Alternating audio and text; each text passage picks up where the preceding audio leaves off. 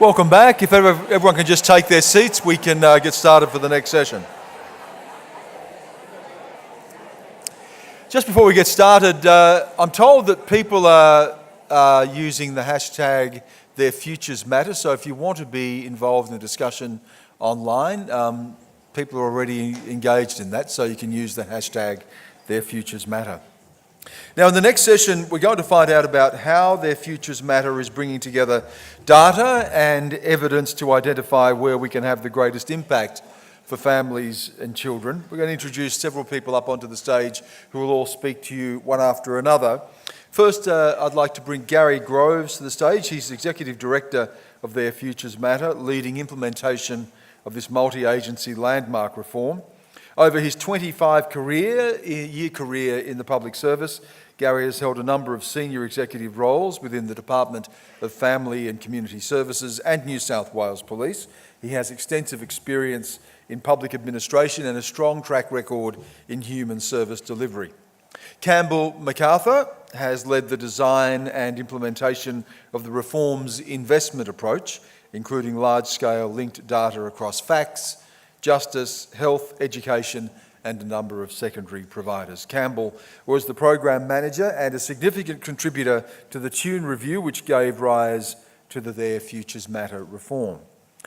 Alan Greenfield and Peter Malquini are principals in Taylor Fry, an analytics and actuarial consultancy, helping clients to maximise the value of their data. Taylor Fry are working with Their Futures Matter to develop the New South Wales Vulnerability Data Set and previously helped the New South Wales Government to establish a social investment approach. So I'd like to bring you all to the stage. First to speak to us is Gary Groves. Gary?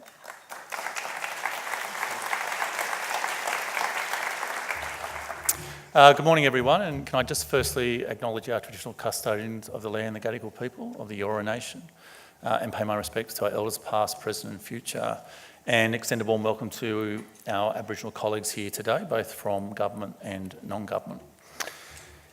Two things I'm going to talk to you about today. One was to even try and get 10 minutes with you, even though we organised a conference in-house with my own people, was very, very hard. So I might just touch on some points that Nigel had spoken about earlier on, and then hand over to Campbell to talk through the investment approach. Now, I will say up front, you know those books that US presidents write after they leave office about their time in office? There's an interesting part of Obama's thought process in making decisions. So he would always make the majority of decisions between 8 and 10.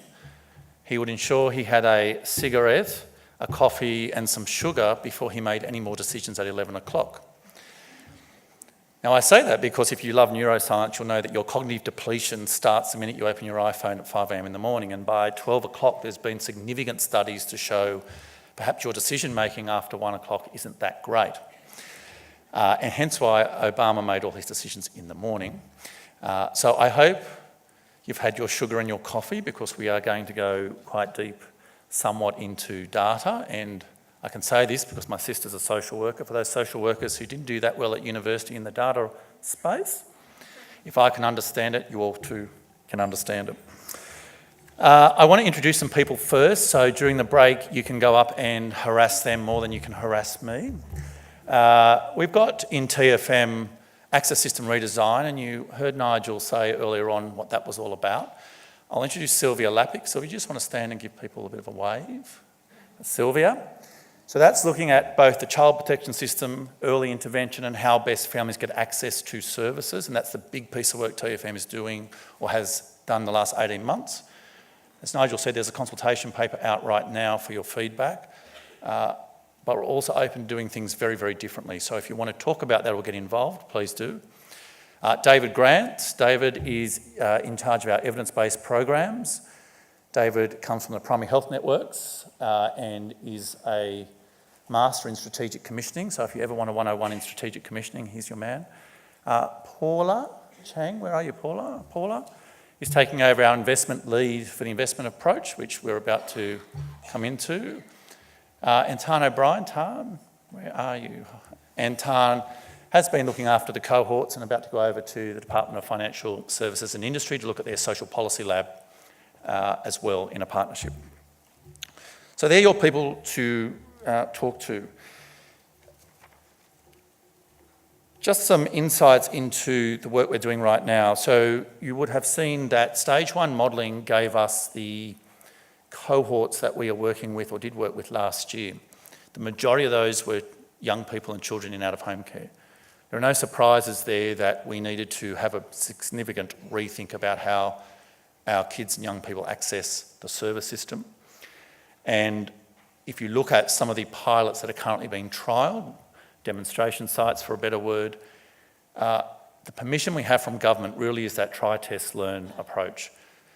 So if what we want to see in those demonstration sites are real outcomes, acknowledging that it takes longer than 12 months to see some of those outcomes, but a significant shift in the way government and the non-government sector do business in regards to achieving outcomes for children and young people.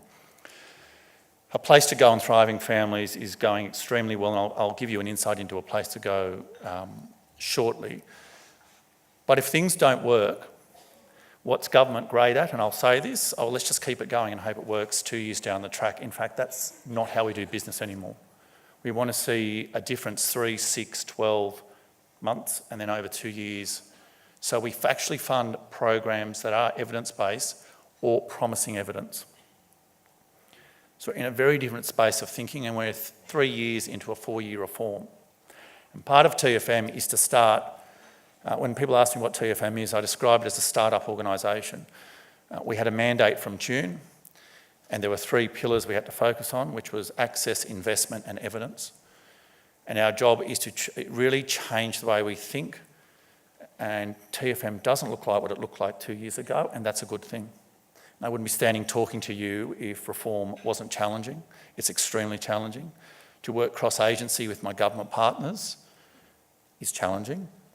And in fact, I'd probably argue working with the sector is somewhat more easier than my friends in government, and they know that. But we have moved significantly forward. A few myths for you that I'll bust right now. TFM is the single commissioning entity for government, but we're still learning what that looks like. We are not facts. So if I asked a question right now, if you thought we were facts, I think I'd probably get a lot of nods in the room. We sit in the facts cluster because clearly as a government agency we need to sit somewhere, and it makes sense to sit in a human services cluster. The board currently consists of deputy secretaries of Health, Education, Justice, Department of Premier and Cabinet, Treasury, and we have an advisor, Janet Scorer, from the Office of, or the Children's Guardian, and Sonia Stewart from Department of Premier and Cabinet. Michael Coates-Trotter is the chair of that board. Now, that is significant. To have the decision makers in a room agreeing on where we need to focus our efforts is important, and it demonstrates a cross-government commitment. We are looking very quickly, based on some of your feedback, about an expert advisory group and how that best advises the board on decisions that are made, and we'll work that through over the next 3 to 6 months. We are a small unit in comparison to other agencies, and we're situated now at Redfern. And if you'd ask me the types of people that sit in the unit, they're not all facts. We have some great practitioners from facts sitting in our unit, but we also have some data nerds, as I call them. We have researchers, we have social workers, we have practitioners from justice, health and education. We have the NGO sector in the same space. We have people from Queensland NGO sector helping us look at a particular work stream. So I encourage you, if you'd like to come and play with us, which you're most welcome to, and you see the benefit of working with us, to come and talk to any of my executive after or during the next 2 days for the presentation. You are most welcome to do that. Okay, why are we here? So this is all about one of the Tune's biggest recommendations was how do we build a smarter system, acknowledging that there is a system out there that navigates families to sheer frustration and complexity. And part of it was looking at how do we optimise funding. So current funding sources, and I'm sure you would all agree, often cycle around political cycles or internal agency budget cycles. that doesn't give great confidence to the sector to project long-term about their business and how we should focus on complexity. If you look at New York, they fund many agencies up to 10 years, but they have check-in points of 2, 3 and 5 years and scrutinise every piece of their work. But talk to agencies over there and they'll tell you that it gives them stability and focus. The other funding is we want to look at evidence-based outcomes. Gone are the days where government will fund into the future programs that are nice to have, but no real rigour around outcomes. And outcomes are new to the sector, they are new to government. If you ask me what I'd want to see, it's nice to have 100 referrals walk through your door. I'd rather know what the outcomes of those referrals were. And part of that evidence building is to actually look at how you're achieving it and how you collect it. And I won't steal the thunder of my Aboriginal team to talk about how we collect promising evidence. The other bit is service design. So having a smarter system prioritises the needs of children, young people and families. We've had some really great and robust discussions with Andrew Johnson from the Advocate of Children and Young People about including the rights of young people in the design space. So when we're looking at systems and system infrastructure, it's all well and good for the data to tell a story, and it tells a story. There are insights, there is research, and then there are the users who use the system. And that part is a gold mine. And they've been critically important. We've worked with Create as well to just get a better understanding of how people cycle through the system.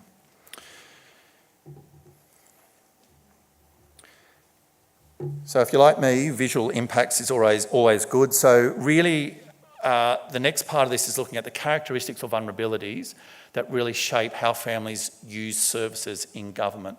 The data you're about to see is predominantly people using services across justice, health, education, transport, industry, and facts.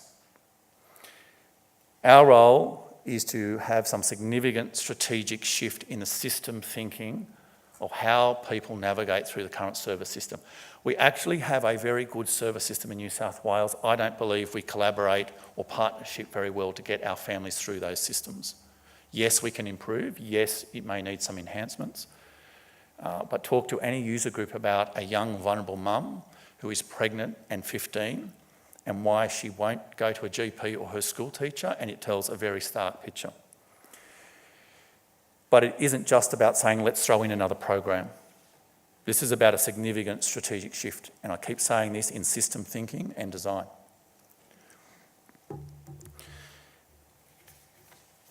How we work. So we gather data, and we'll talk about this in a lot of detail in a minute, but in essence, we've been able to gather 3.5 million records, 27 years worth of data, about 60 data sets across health, justice, facts, industry, transport, and the Commonwealth. Never been done before in New South Wales on scale like this. And it is the platform of an investment approach.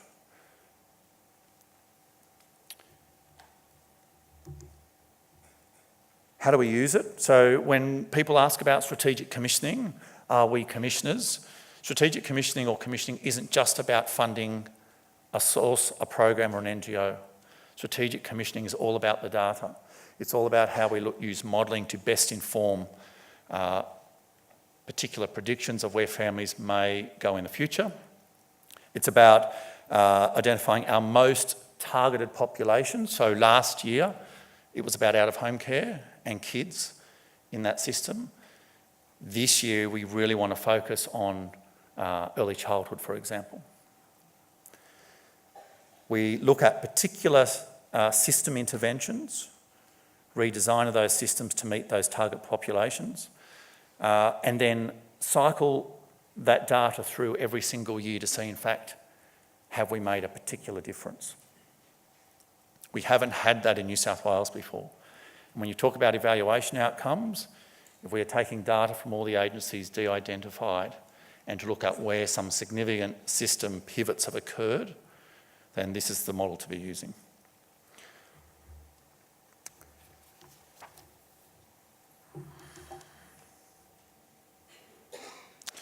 Similar to what Michael was saying earlier on, yes, kids, young people, families are at the centre of our attention. The minute it diverges from that, we get it wrong. So all our design thinking, we hear the user's experience. And it's also, I'd go as far as saying, the gateway to some of our big system shifts that we need to make. I'll finish just by giving you an example. We have a current demonstration site called A Place to Go. The data told us that young people entering custody under the age of 12 was significant. 50% of them were in out-of-home care. And when we actually unpacked the entire system and spoke to users about the system, spoke to police, the minute a young person walks into a police station, the minute they're in a courthouse, what their trajectory looks like, we could actually model some of that for you and tell you what the outcome is. I'm sure you know the outcome. But in essence, there were people going into custody for non-violent offences and going straight into juvenile justice because they had no safe place to go. That was one reason. So we can't overcomplicate things here. There are some really simple things we can do. It's more about your collaboration, your partnership. I always say it's collaboration on steroids. It's not just, oh, let's shake hands and hope this works between government agencies and the sector. It's true collaboration. So in essence, what we've got trialled at Penrith, it has the highest rate of kids going into remand at the moment, and there's no other control groups or test sites going on in Penrith. We have a youth facts worker sitting in the police station. So the minute a young person's in custody for a non-violent offence, we start working with them. We look at their needs, we look at what safe options they have, and often they're bail refused because they've got no safe place to go. So often custody is the safest thing for them. We then have education officers sitting at the courthouse, the children's court. Now, you can do all the research you like on that, and it'll tell you, and Andrew Cappy-Wood said this to Tarn and I, he's been waiting for 10 years to see education officers sitting in a courthouse. Why? To sit down with them and work through what their educational needs are before they present themselves to a magistrate. So the magistrate can understand what sits behind that particular offence, what sits behind that trauma of that young person. Judge Johnson, who's the magistrate for the Children's Court, is over-enthusiastic about this pilot and can start to see the difference. We also have a mental youth health team that's about to be recruited to in Western Sydney to wrap themselves around these young people. So whilst we'd love to be down the other end, there is a system we need to fix right now, and the pilot hopefully will look at elements of scalability. So the reason why we don't scale statewide is because often when you do, you lose effect and it waters down. So we actually want to see how this trial site goes. There was an interesting story of a referral made by a young person who committed an offence. He was sitting in the courthouse with the education officer, and in fact, she was assessing his needs and said, in fact, I'm not the one who needs the help. It's my sister who's studying for her HSC who can't go home because of the domestic violence in the home. And he was very clear on she's about to not attend her HSC because she is struggling. Fast forward, they were able to work with that particular young girl, the family, in a trauma-informed way, and also that young person presenting before the court. Now, think about if that intervention wasn't there, the likely outcome of someone who's been tried very hard to stay in school, but we all know what goes on at home affects significantly what goes on at school. I'll say it again, we can't overcomplicate some of the system changes we need to make. They are as simple as that. But it's the connectivity between police, the courts, the young person, the magistrate.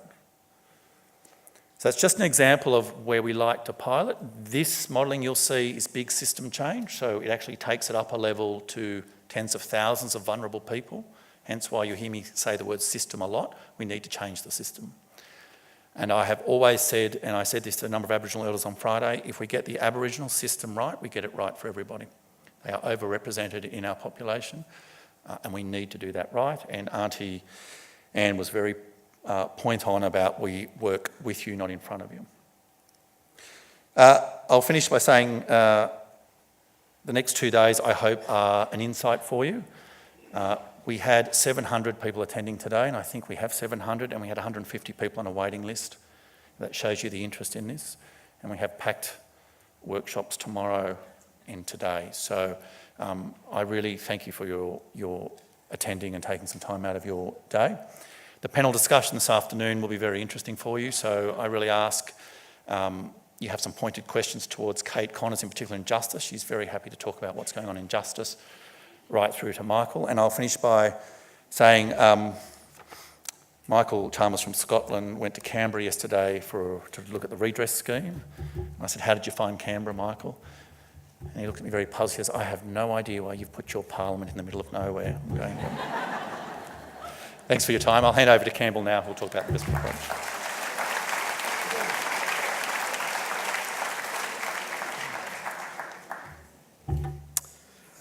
Thanks, Gary. So, hi everybody. For one or two of you that I haven't met, my name's Campbell McArthur. For the last couple of years now, my company's had a relationship with TFM that goes to the very core of what TFM was designed to do, and that the single deliverable was the implementation of an investment approach. So, Gary's talked a little bit about where we are and the data set that's been created and things like that. Following me, we're going to hear from Alan Greenfield from Taylor Fry, who's going to talk to some of the technical aspects and how some of this works. I suppose one of the things that I really want to go through a little bit is what this work actually means up and outside of TFM, what it means to TFM, but also how it evolves and what it means to sort of government and the sector as a whole. So I'm going to come back to this diagram at the end, but fundamentally, Gary talked about this already. The three pillars of TFM were the investment approach and data and evidence, wraparound service packages, and effectively a cohesive whole of government delivery of those services. That's the centre of that diagram. But what TFM also really needs to affect, and what was germane to the Tune review, for those of you that have read it, is those other elements around the outside of that diagram. So fundamentally, the investment approach, the data and evidence, and bringing that power to bear on the other two pillars of TFM was about providing the evidentiary basis and the evidentiary mandate for different service delivery, a whole of government service delivery, and different service design, a different level of government cohesion in service design. So where are we at in this journey? And you'll have to forgive me because we're squeezing 2 years of work into 10 minutes. But fundamentally, the investment approach as an enabler for better service design, better integration of the sector, and better integration of service delivery across government, took a whole bunch of enablers that we have spent the last couple of years building. So, look, there is I won't go into the details, but there is a bespoke, incredibly broad and intricate assurance, privacy, and governance regime. There's been unprecedented data sharing that Gary touched on across government, which has really led to a level of insight and asset, which is really going to change, I think, the way service design and delivery occurs in due course. We've designed a research agenda so that the information and evidence inherent in TFM actually is more available, more accessible, and over time becomes far more of a public asset and a government asset and a sector asset than just its role inside TFM. An annual reporting cycle, which is really about TFM going to government each year with partner agencies and talking about emerging trends in both the information and evidence, and asking government to focus and dedicate that focus to specific vulnerabilities or specific groups, clusterings of vulnerability. And then I suppose the key enabler of all of those is what we spent a lot of the last 2 years building, which is an enormous match data set, and Gary touched on the breadth and depth of that. So at that point, when you start talking about match data, a small number of people in the room get really excited and a large number of people glaze over and start checking their emails, which, having been in this for a couple of years, I understand and we're somewhat used to. But I think it's really important to talk about that data as the enabler for a much broader effect. The investment approach isn't, now that the data is built, it's no longer about the data, it's actually about bringing that insight to effect. And so really what is the power of it? And I suppose in brief, and this is just a summary, but effectively we all know the power of longitudinal data. Fundamentally, New South Wales now has a human services data set with a 25-year longitudinal history. And we'll hear a little bit more about the depth and breadth of the data from Alan, from Taylor Fry, but that's an enormous asset, and the shift in focus over recent years towards evaluation just amplifies the power and the usefulness of that. The ability to do things like manufacture historical control groups, track control groups and things really adds a big difference to the way we, as Gary spoke to, the way we implement services and our ability to take corrective action rather than just letting a service evolve without an evidence base. Comparing and contrasting the clusters of the vulnerability, being able to see people over a long term, and then really importantly, being able to see families and siblings and relationships, being able to see the human side and then the service usage and the vulnerability story at once, much more broadly and much deeper than we've ever been able to do before, really adds a level of insight that has really only been enabled in the last couple of decades as the technology has caught up to the needs of the human services sector. And then at a population level, the ability to analyse and respond, to see trends early and to design and interact with vulnerable people much earlier in a much more comprehensive way. They're all fundamentally service design and delivery advantages, but the other thing I think this work does that amplifies that power significantly is the ability to add a financial or economic lens to that. That really changes the way the story can be told, the outcomes from a broad-based data set, the human outcomes and the life trajectories, and the ability to speak to those at the same time as speaking to economic and fiscal outcomes really allows human services to have the same conversations with government, with the budget process, for example. A zero-sum game budget process allows the conversations to be had that speak to a number of different elements rather than just the human outcomes element. Anyone who's ever been through a state budget setting process understands that really what they're looking for is about comparative advantage of different dollar outcomes, and so this really changes the ability of human services to speak in a number of different languages at once about the same outcomes. So if they're the effects, I suppose, as I said, we're condensing a lot of information into a fairly brief discussion, and we go into this in a lot more detail in the workshop session on the investment approach. But I suppose the point I'd like to make is that this is a convergence of a number of different factors. We've seen a shift towards evaluation and evidence-based models, outcome-based contracts, the shift towards commissioning and not necessarily, and the shift away from a pure grants-based focus of funding streams. All of these things really work together, and adding this amount of information and evidence, and we'll see in a minute a demonstration of how quickly and easily that evidence can be accessed. Adding that level of information and evidence to the work TFM's doing really allows a different level of examination of the populations and the vulnerabilities that we're talking to.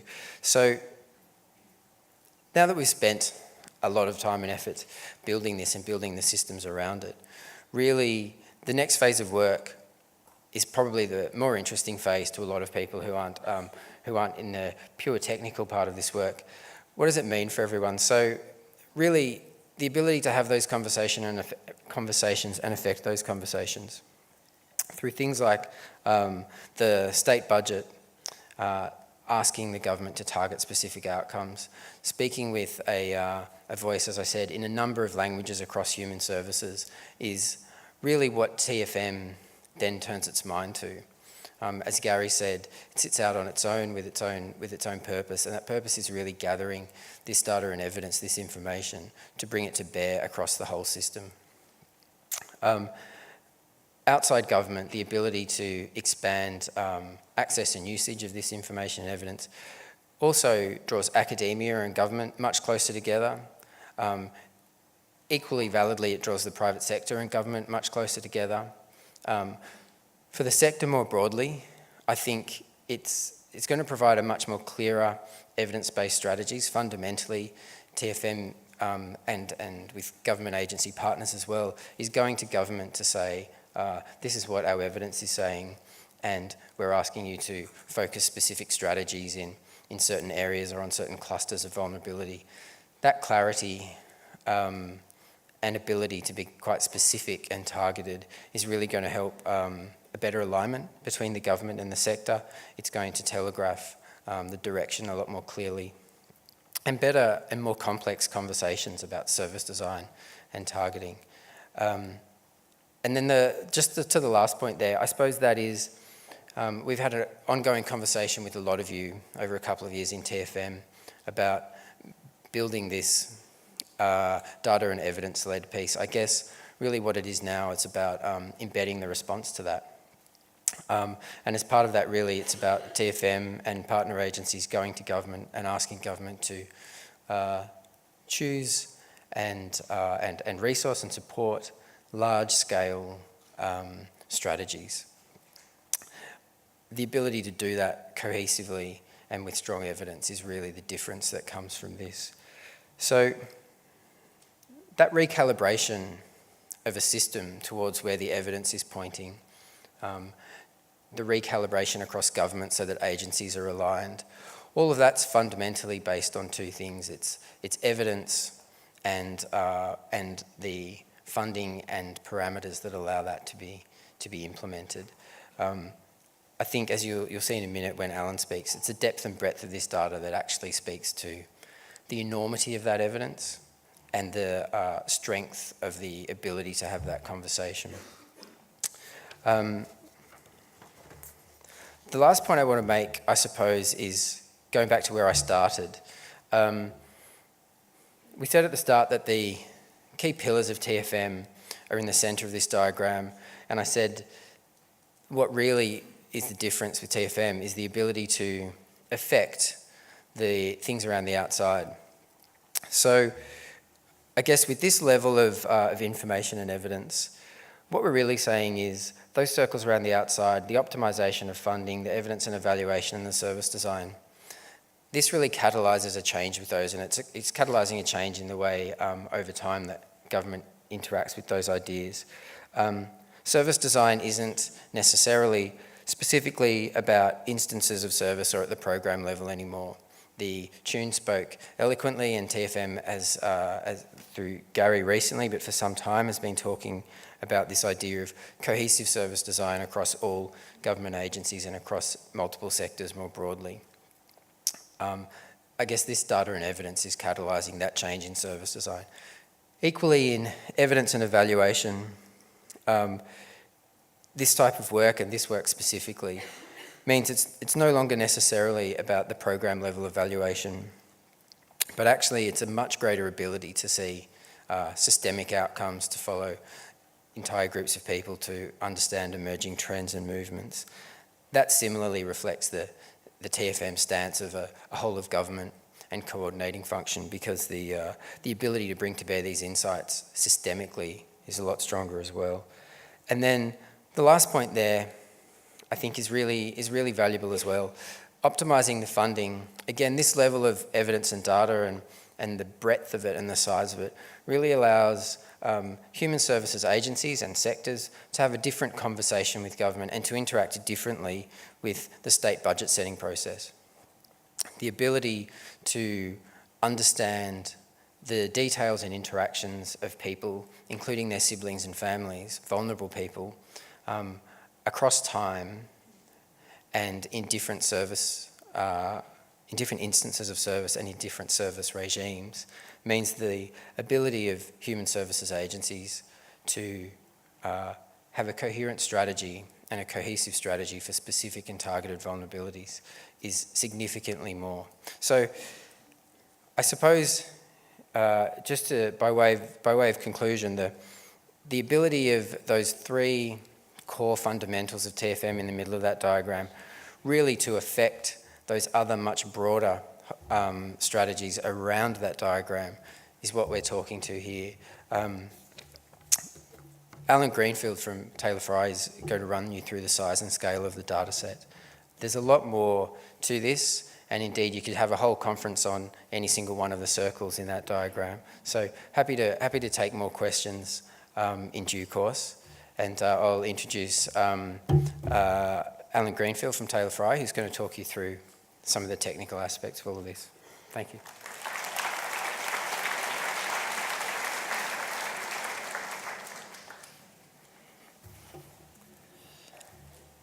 Thanks, Campbell. Thanks, Gary.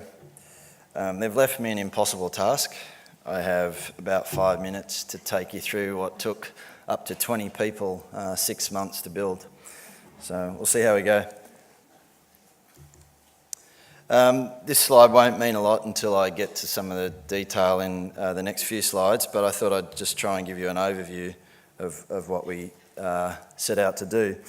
So with TFM, we built what I guess we've been calling the TFM model. It's a model of every individual in New South Wales. It's based on every individual in New South Wales born since 1990, but it's the cohort that we look at is everyone who's under 25 on the 30th of June in 2017. So we're building a model of those people's effectively their lifetimes, their interactions with government, and certain major outcomes in their lives. So to do it, we have 5 streams going on. Data, which has been mentioned earlier today, and then off the back of a really big data set, which I'll talk about, a lot of modelling of history so that we can understand what things have gone on in the past and use them to project the future, some assumptions around costs of things, as I said, a projection of the future, and then ultimately bring that together into a results database that we can cut and dice to provide insight as a basis for evidence-based decision making. So that's the summary of it. Some of the detail, as I said, I've only got 5 minutes. So central to this model, this exercise, is individual pathways. So we're constructing for every individual born or who's lived in New South Wales since 1990 and their parents. We're building a simplified version of their life, looking at the services that they use, their main government services, and major life events that they have. To do it, we split time into 3-month intervals. Most people live in a sort of a more granular fashion, but we split time into 3-month intervals, and in each 3-month period we categorise a whole range of things that might happen in that person's life related to various government services and events. This is just a hypothetical representation. We're only looking at a few main service categories here, and we've looked at things on an annual basis just because it couldn't fit 40 columns on a page. So the core of this is understanding individual pathways. And how we do that is, as I said, based on data, and it's the best data set in the country, at least in my opinion. It's certainly for human services. I don't think anything else exists like this. It's been created from 4 main agencies, so facts, health, education and justice. It also includes the birth, deaths and marriages. It covers about 8 million people.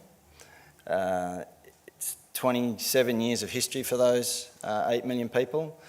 In the data set that we use to forecast the future, we are looking at 3 million people and we look at their lives.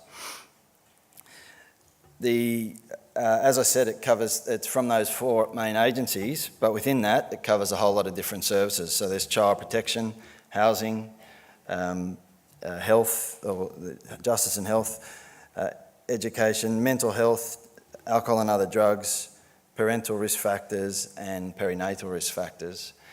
And within each of those, there's lots of different variables. So, for example, in child protection, we look at concern reports and ROS reports, whether somebody's in out of home care or not, and the type of placement and so forth. So there's a lot of detail for a lot of people for a long period of time. And as I said, as far as I'm aware, it's the best data set, the biggest data set like this in the country. Okay, having got the data set together, which was not really of our doing, we were there for the ride. Big thanks to TFM, who did a lot of the legwork, and to Cheryl, who did the linkage. The data sits in a secure environment, and once there, we were able to spend a lot of time modelling that data set. So ultimately, we built about 80 models that are used to describe what goes on. That's their models of past behaviour, and they do things like describe what's the probability of a particular individual entering out of home care or entering custody over the next 3-month period, given all of their characteristics at that point in time.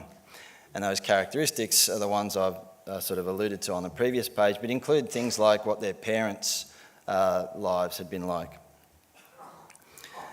We also need to say something about the costs of services, because we want to get a few things out of this. One is what people's lives look like in the future, but also what are the costs of providing those people services. That gives the sort of evidence to TFM and the New South Wales government to make decisions around how best to allocate resources to solving these difficult problems. So once we've done all of that, built these models and have these assumptions, we can run these through a simulation, a micro-simulation that takes everybody, the 3 million people in the cohort, projects their lives up to age 27 and then on to age 40. And we can then use that to bring together all of the predicted or estimated lifetimes, and then turn that into some insights and results. So we have a large database of what is estimated to happen to people, and we can use that to describe what are the, for example, for a particular group of people, what are the costs of their services, whether they're likely to achieve an HSC, whether they're likely to have children as a young parent, whether they might have mental health issues, and so forth.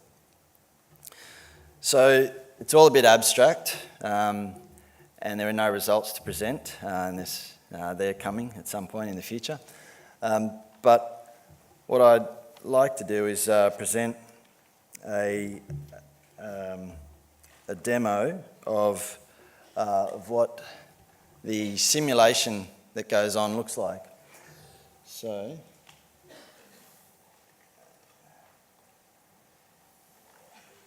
what you're watching now is a simulation, just a little piece of the program that we run to provide results to TFM.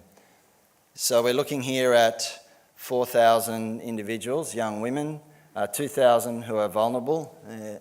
Not looking at anything on my screen. I can show you. Oh, there you go. The orange ones are 2,000 vulnerable young women, and the blue are from... there you go. There it is.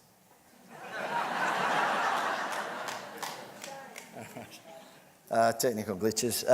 So the blue are from non-vulnerable characteristics, and the 2,000 in each group are being simulated, and we're looking at just one event here, and that's the event as to whether these young women have a child that enters out of home care before the mother turns 27.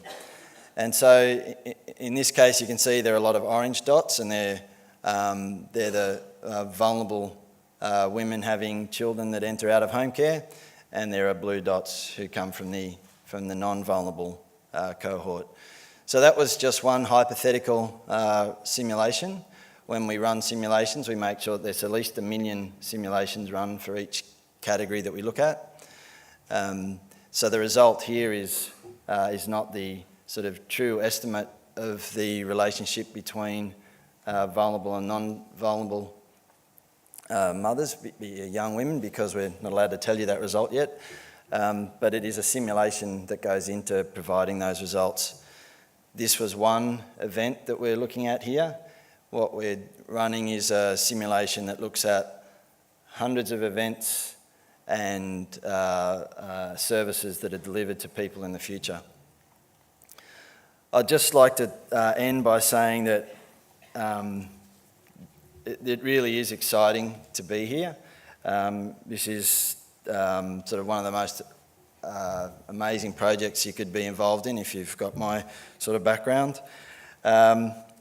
It's fantastic to have such a great data set, to be able to do this in my own state. I've been doing a lot of this work for New Zealand for the last 7 years, but to get the opportunity to do it for the people that I've lived with over the period of my life, to be able to contribute, even if it's a really small way, to providing a basis for the government to make better decisions to really help the vulnerable people in our society. I think it's a fantastic opportunity. So that's all I had to say. Obviously, we're happy to take questions, and I'm handing over to Gary to lead the Q&A session.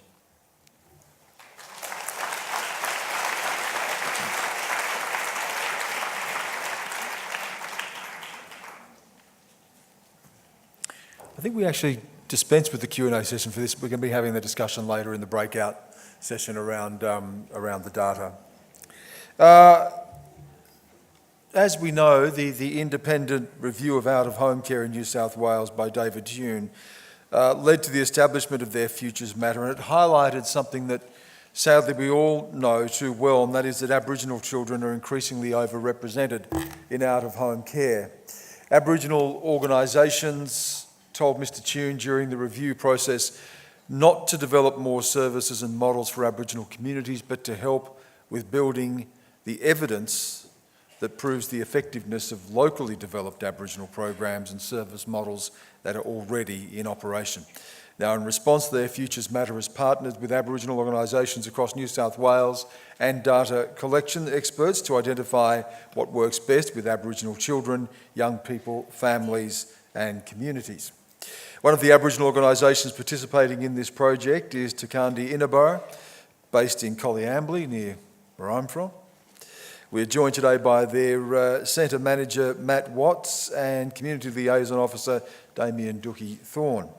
And partnering with them are ARTD Consultants, and their Senior Consultant, Simon Jordan, is also with us today. And to introduce this story, we have Nattlie Smith, the Manager of the Aboriginal Co-Design and Evidence Team within Their Futures Matter. Please welcome them to the stage. Thank you.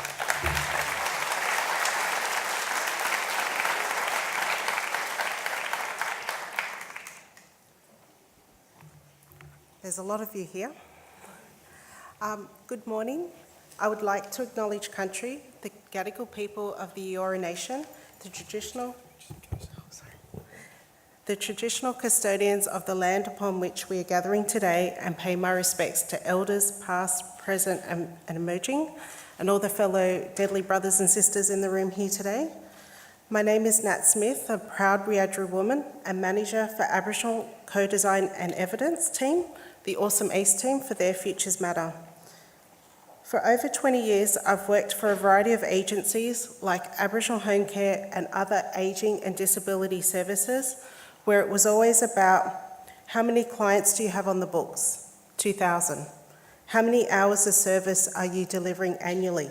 300,000 hours of service.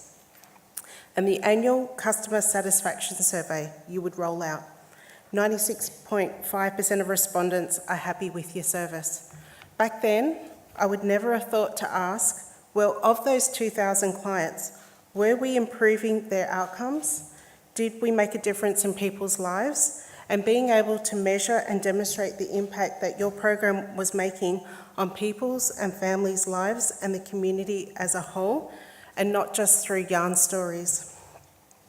We are leading the Aboriginal Evidence Building in Partnership project, where we are working in partnership with 6 local and very different Aboriginal programs and organisations located from Coffs Harbour, Lismore, Wilcannia, Orange, Penrith to Collie, to build their capacity to embed outcomes data collections and evaluation processes within their programs to develop stronger evidence for what works for our mobs. I would now like to introduce you to a couple of our partners who are on this journey with us. Simon Jordan from ARTD Consultants, Matt Watts and Dookie Thorne from Tirkandi Inuburra Cultural and Development Centre from Collie, to give us some insight on whether they have had some aha moments and learnings from this project. Thank you.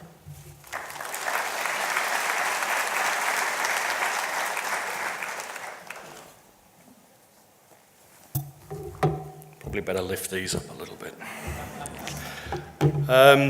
Before I start, I feel I should let you know I'm just recovering from a bout of food poisoning, so if any moans or groans or grumblings get caught by the microphone, I sincerely apologise. Good morning, everybody. Before I commence, I would firstly like to acknowledge the Gadigal people of the Eora Nation, being the traditional owners of the land where we gather today. I would also like to pay respects to the elders, both past and present, especially for their determined support, leadership and guidance of the younger generations. It is these mums and dads, aunties, uncles, siblings, nans and pops who are undoubtedly holding together the sometimes fractured branches of community. And for that I offer my sincere and inspired recognition. My name is Matthew Watts and I was appointed as the Centre Manager for Tirkandi Inuburra some 8 months ago, following a career with Youth Justice Services in Metro, Regional and remote Western Australia. Having made the move to New South Wales, I feel tremendously privileged to be standing here alongside my colleagues from Tirkandi and ARTD Consultants, having learned and achieved so much throughout our ongoing supportive partnership with TFM. Tirkandi Inuburra Cultural and Development Centre is a residential education, culture and support program for Murrumbidgee Aboriginal boys between the age of 12 and 15 years. And through the will and determination of the local Aboriginal community, became operational in 2005 via funding through the Department of the Attorney General. Since 2012, the program has been funded by Family and Community Services within the Targeted Early Intervention stream and via small community, charitable and corporate grants. Tirkandi is aimed at supporting those young Aboriginal boys who are seen to be at risk of disengaging from their education, community, family and their own personal identity, and who are struggling to develop the resilience and necessary life skills to live and thrive in modern society.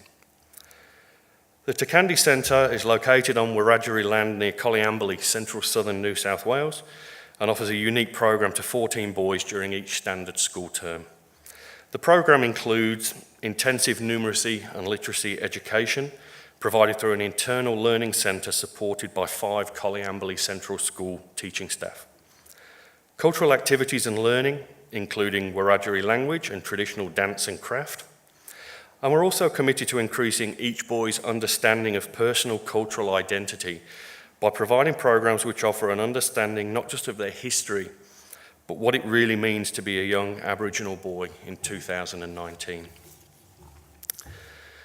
There are sport and recreational activities including traditional Aboriginal games and boomerang and spear throwing, and we also provide support and guidance in developing self-care and essential life and behavioural skills. This is achieved in-house through the support and guidance of our youth workers and via partnerships with external service providers such as Headspace, the Aboriginal Medical Service, ANZ Bank, the Canberra Institute of Technology and the Griffith Linking Communities Network. In the months leading up to my appointment, 2 significant pieces of work commenced through external entities, which held the potential to significantly change the way the centre operated. Firstly, Facts commissioned an independent review of the Tirkandi program to develop a picture of our strengths and challenges and to identify opportunities to build on the program's foundations. The review made a number of key recommendations across 5 areas: intake, program, post-program support, governance and evaluation. And all of the recommendations are currently being reviewed and actioned. At the same time as the Facts Review, Tirkandi was identified by TFM as an organisation which would benefit from the supported guidance of the Aboriginal Evidence Building Pilot Program. The perfect timing of this program has witnessed ARTD consultants, which is Simon here, and his incredible team, coming on board as our evidence partners and at the same time supporting us to refine our service model and implement a number of recommendations from the review, particularly around our intake processes, service model and data collection and monitoring. Due to the determination of Tirkandi to become a centre on which other service providers may one day base their model, we could see the array of benefits which increasing our recording of evidence and data would bring. Therefore, prior to and during the process of working with our TFM partners to create formal documents and guidelines to record, measure and analyse our outcomes, we made a decision to commence a similar internal process in the hope that our efforts would not only improve our immediate service provision, but also underpin the ongoing, more formal evidence building process. In that regard, we immediately implemented some basic processes for capturing and recording data and outcomes, including but not limited to the creation of documented individualised case management plans, the implementation of post-program support plans and reports, a case note recording system which took us from only being able to record 1 case note per participant per shift to the ability to record any infinite number of case notes for each participant at any time, and an incoming participant data spreadsheet to record in one place all basic logistical and personal data such as geographical location, age, living circumstances, addictions, documented behavioural issues, early exit reasons, whether the child is a facts open case or in out-of-home care, and any presenting mental or physical health concerns. We also commenced documenting data related to mental and physical health support provided for each individual, redesigned our hard copy files to more accurately and easily record and store information, drafted an interim application and intake management process to more effectively record and consider applicant information, and commenced the use of evidence behavioural worksheets to increase participant knowledge and collect and analyse the subsequent data. All of the above, although somewhat basic in its entirety, very swiftly returned solid evidential information and documentation to support the outcome and achievements of the programme, as well as providing substantial data which could be analysed to support the immediate and future direction of the programme as a whole. Some examples include an increase in the quality and regularity of case notes entered by our youth workers, which has improved their knowledge of the boys' needs and risks and allowing us to make a more informed and individualised approach. Identifying that the older cohort of participants were more likely to exit the programme via self-choice or behavioural issues, which was directly contrasting with our previous beliefs. That approximately 70% of current or recently ceased smokers of cigarettes departed the programme within the first 2 weeks. Recording accurate data related to the provision of externally delivered physical and mental health intervention allowed us to provide a much more detailed and supportive post-programme support plan. And that the amount of consequences and or behaviour contracts issued to participants decreased when intervention was guided by a detailed case management plan. With the ongoing more formal process driven by TFM and ARTD now getting close to full implementation, our self-initiated evidence building and data gathering will soon become redundant, overtaken by more detailed and effective systems. However, that said, it has been acknowledged that the early steps taken by Tirkandi to pursue an internally driven evidence building sub-project provided a solid and supportive platform for all work since undertaken within the Aboriginal evidence building pilot. I would now like to hand over to my colleague and friend, Damian, better known as Dookie Thorne, who works closely with schools, Aboriginal communities and families as Tirkandi's Community Liaison Officer to share his own personal perspective on our work. Thank you.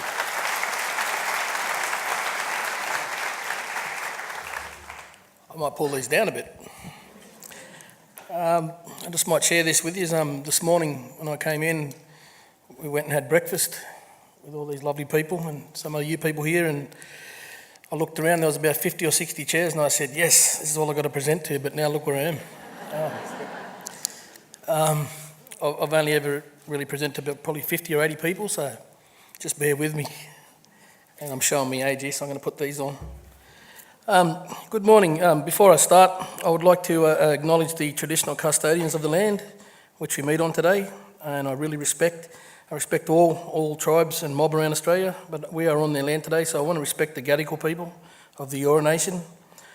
I would like to pay my respects to past and present elders, and I really believe because of them we can.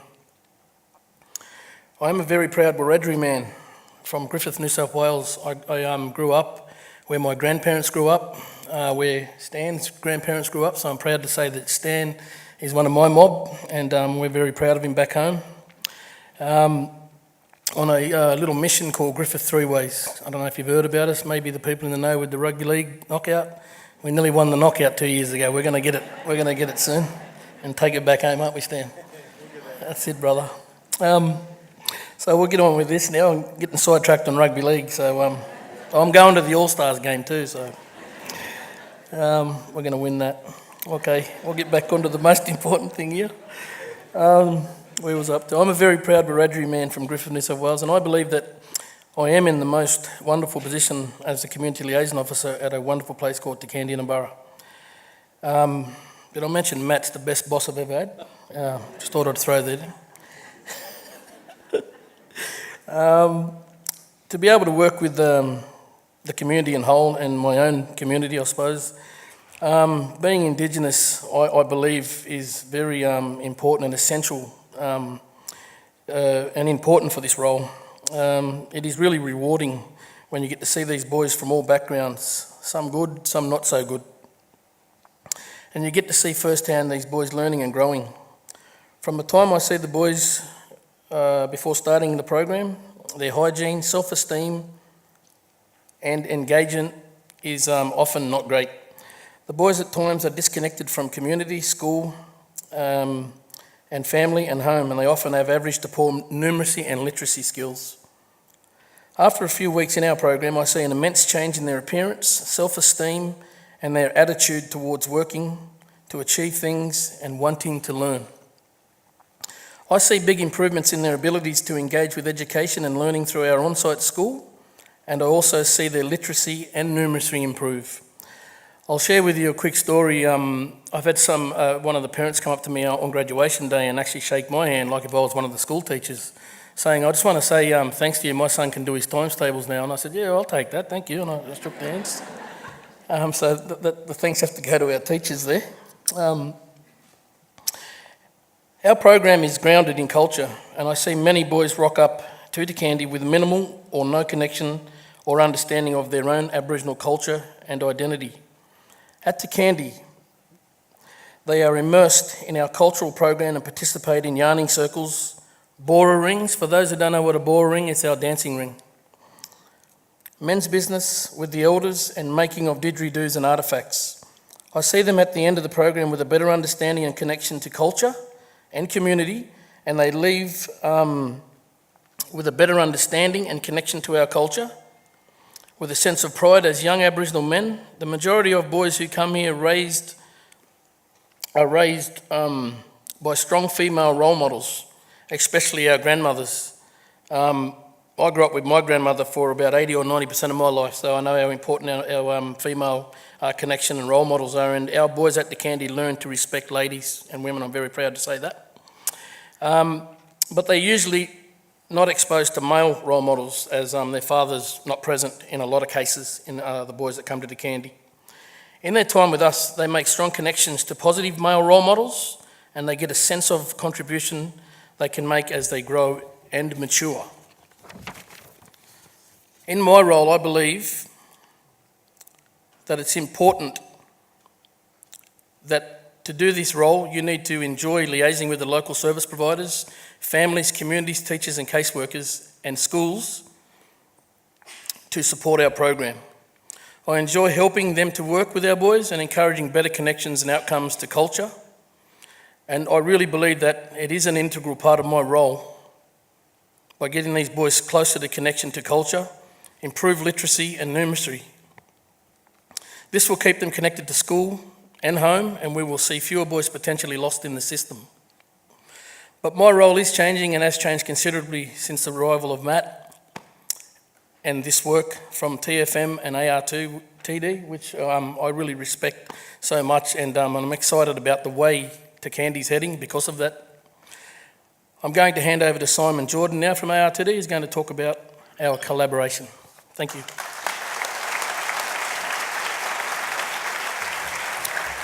Thank you, Matt and Dookie, for setting the scene about Tirkandi and our work together. My name is Simon Jordan. I'd also like to begin by acknowledging the traditional custodians of the land, the Gadigal people of the Eora Nation, on whose land we are meeting for this conference, and pay my respects to the elders past and present, and to Aboriginal people present here today. I'm a Bundjalung man born and raised in Sydney. I've been a consultant for over 6 years with ARTD, working on a diversity of Aboriginal and non-Aboriginal projects. We kind of run the gamut from small to large ones. Prior to that, I led the Department of Community Services Aboriginal Services branch for close to 15 years. And I've also worked in housing, mental health and HIV.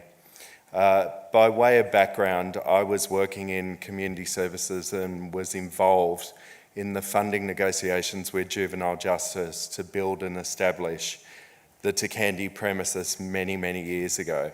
However, I never got to work with Tirkandi or visit the program, so getting to work on this project feels like a coming home for me, kind of a bit of a full circle. So ARTD were invited to be a part of this pilot in late 2017, when we submitted our company profile and were selected as an evidence building partner.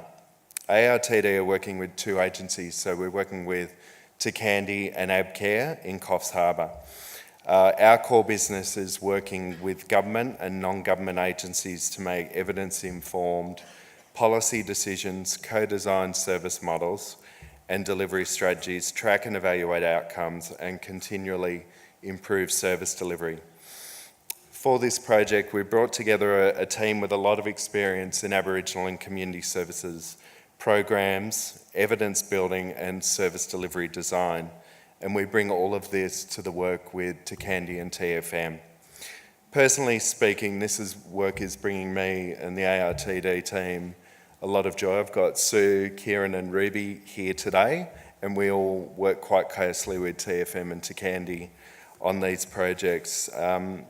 It's a program where we get an immense amount of satisfaction. We're getting to do work with Aboriginal agencies that's evidence-based, practical and makes a real difference to the service and program environment and therefore for Aboriginal families and communities. A key part of the TFM engagement work involves consulting companies meeting with the selected agency partners in a workshop setting to determine an evidence building approach and to set the priorities. This is a negotiated process where we identify together what the agency needs to further their work and how we can support them to realise this. It's the going beyond the requirements of the projects and looking for value-adding approach. When we began with Tirkandi, they were already engaged in a fact-sponsored independent review and had just recruited a new centre manager, Matt. This meant Tirkandi were already reviewing their program and processes and were ready and open to implementing change for the future. Our workshops to undertake the work have included all key funding and delivery partners, including Facts and Education, who are at the table. We've facilitated discussions to identify problems, solve solutions to identified issues and to build and track evidence. These key partners had been delivering different elements of the program, but had not really met as a group to discuss the overall program and how to grow and improve it. All partners brought a great desire for the program to succeed for the participating boys and their home schools within the catchment area. And all of the key partners throughout the project have been honest and generous with their time and expertise.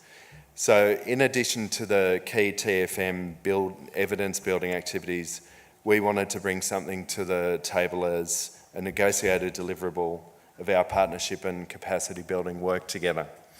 Through our workshops, we developed plans for building evidence collection, but we also addressed aspects of the program review by developing fresh new service provision guidelines and agreeing a new post-program pathway with education and facts for the boys attending the programs.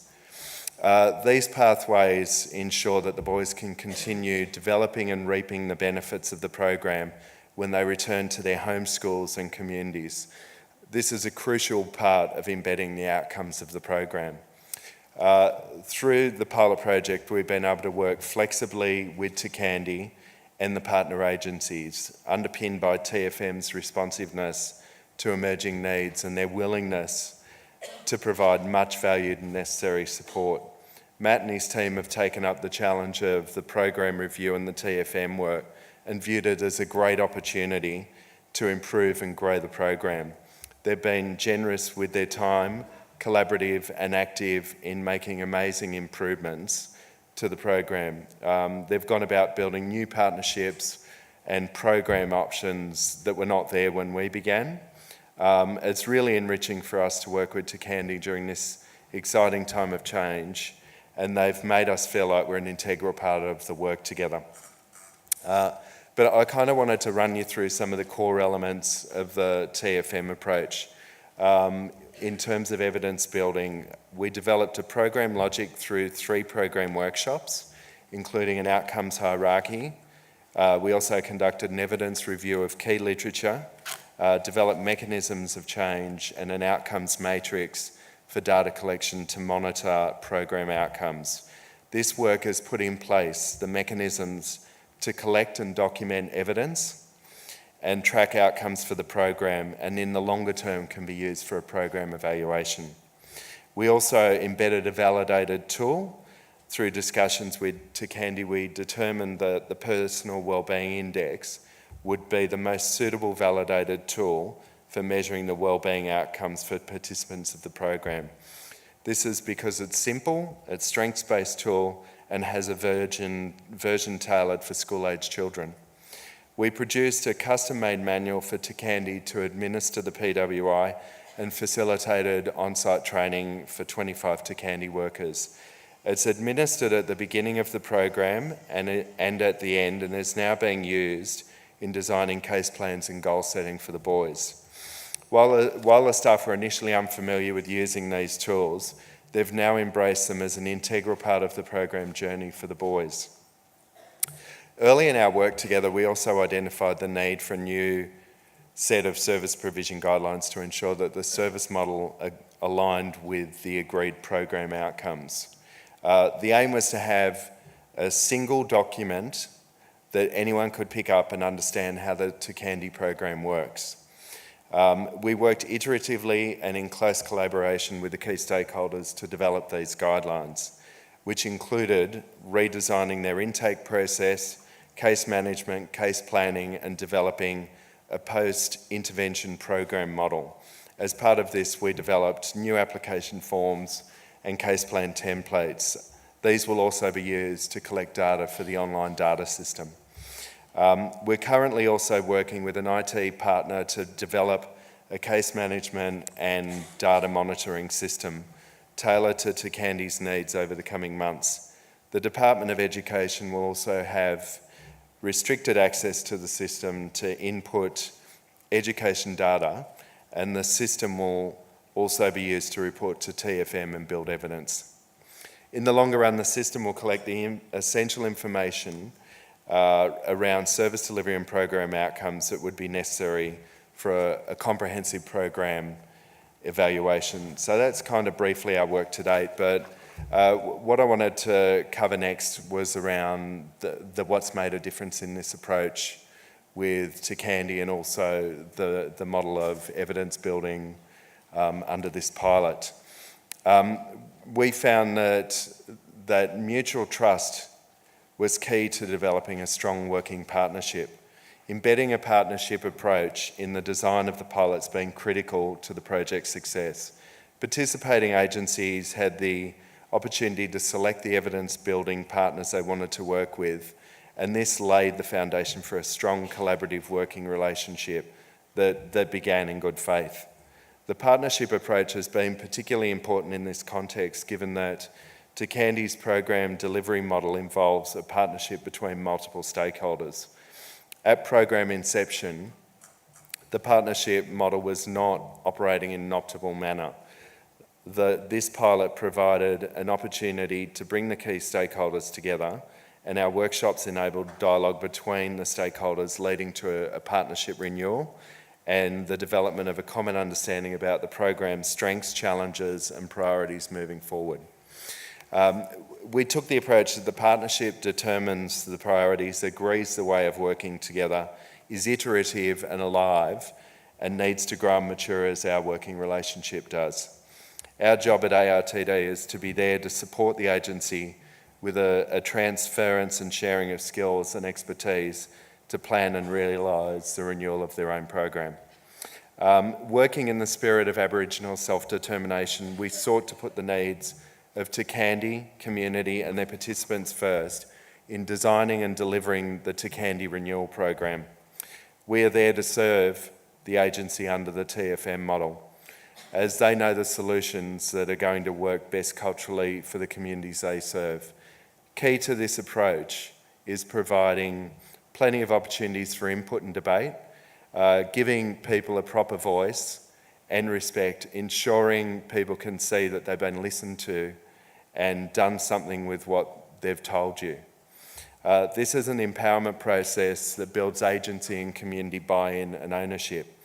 Some of the other key learnings from our work with Tirkandi and the TFM pilot to date are: we believe that being genuine in our approach with Tirkandi is about showing respect and genuine interest in their service, the people, building a partnership based on trust, self-determination, putting the agency's needs first, and showing respect for Aboriginal communities, culture and history. We believe a commitment to genuine partnership needs to be at the core of the Aboriginal evidence building pilot and all of its projects. A large part of the work that we've done in this pilot is building trust, listening and consensus building, which is about fostering a working relationship and negotiating outcomes based on what the partnership wants, driven and directed by Aboriginal stakeholders. Being flexible, identifying what Tirkandi needs and trying to deliver that within the confines of the key TFM project deliverables. We work by always finding ways to add value and focusing on skills and capacity building work. For example, the SPGs and the casework tools we've developed. The pilot, we believe, has afforded a new way of working with government that is collaborative, partnership-based, co-designed, outcomes and evidence-driven. And the pilot has forged a new way of working with Aboriginal agencies and communities by putting their programs at the forefront of change and believing and investing in cultural solutions to meet program priorities at the local level. Just wanted to finish my section in saying I believe strongly in taking this kind of approach and coming at it with an open heart and open mind.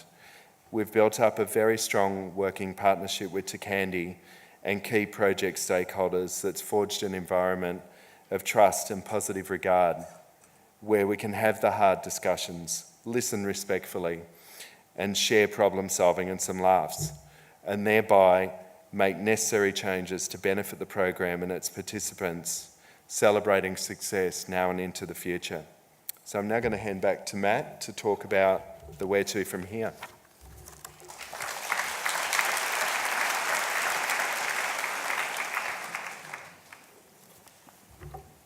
Up again. Thank you, Simon. I'd just like to take a real quick opportunity just to say a very heartfelt thank you to Simon and Sue and Kieran and Ruby and everybody at ARTD, along with Nat and Sharon and Joe at TFM for all of the ongoing support and guidance that they've given us. It's really been very appreciative. So where do we go from here? The Tirkandi Inuburra of February 2019 looks vastly different to that of mid last year, and we're determined to learn and grow within the Aboriginal evidence building pilot program and long thereafter. A major component of such dynamic change is the soon to be implemented computer-based case management and data collection system, comprising of a portal within which we can not only accurately and concisely record all of our case management and programmatic and reportable information, but also gather and collate data for analysis and monitor and report on individual levels of staff performance and process adherence. Another significant change which supports our professional direction is that Tirkandi is now in a position, only 7 months into our relationship with TFM and with the support and expertise of ARTD, whereby we have commenced the implementation of the newly drafted service provision guidelines into operational practice and secured a contract extension with FACTS through to June 2020, subsequently affording us the financial security to fully embed all of the critical service and program changes. From a leadership perspective, the benefits of underpinning our working practices with a precise guidance tool will, among many things, and very importantly for us, support our cohort of long-standing staff in waylaying any concerns brought about by substantial change. The service provision guidelines are supporting us to remain fully transparent during the intensity of change management by clearly outlining the program model and change in direction for our staff, which in turn has witnessed an increased level of service to our participants and their families. It is subsequently anticipated that continued focus and hard work in this regard, along with a dedicated commitment to staff development, will align our current level of service provision with our projected performance outcomes. This will be invaluable in nurturing a cohesive understanding of and commitment to updated operational procedures, personal and organisational accountabilities, and key service delivery processes. With the ongoing change management process already returning positive results, as the leader of an already unique entity within its field, I am determined to build on our recent successes and achievements by continuing to adopt modern working practices through the support of Aboriginal corporations and community groups and government and non-government agencies such as TFM, of course, and remaining flexible and committed in the face of the necessary change required to provide a service to the Murrumbidgee Aboriginal community characterised by value, dedication and performance. Thank you very much for listening.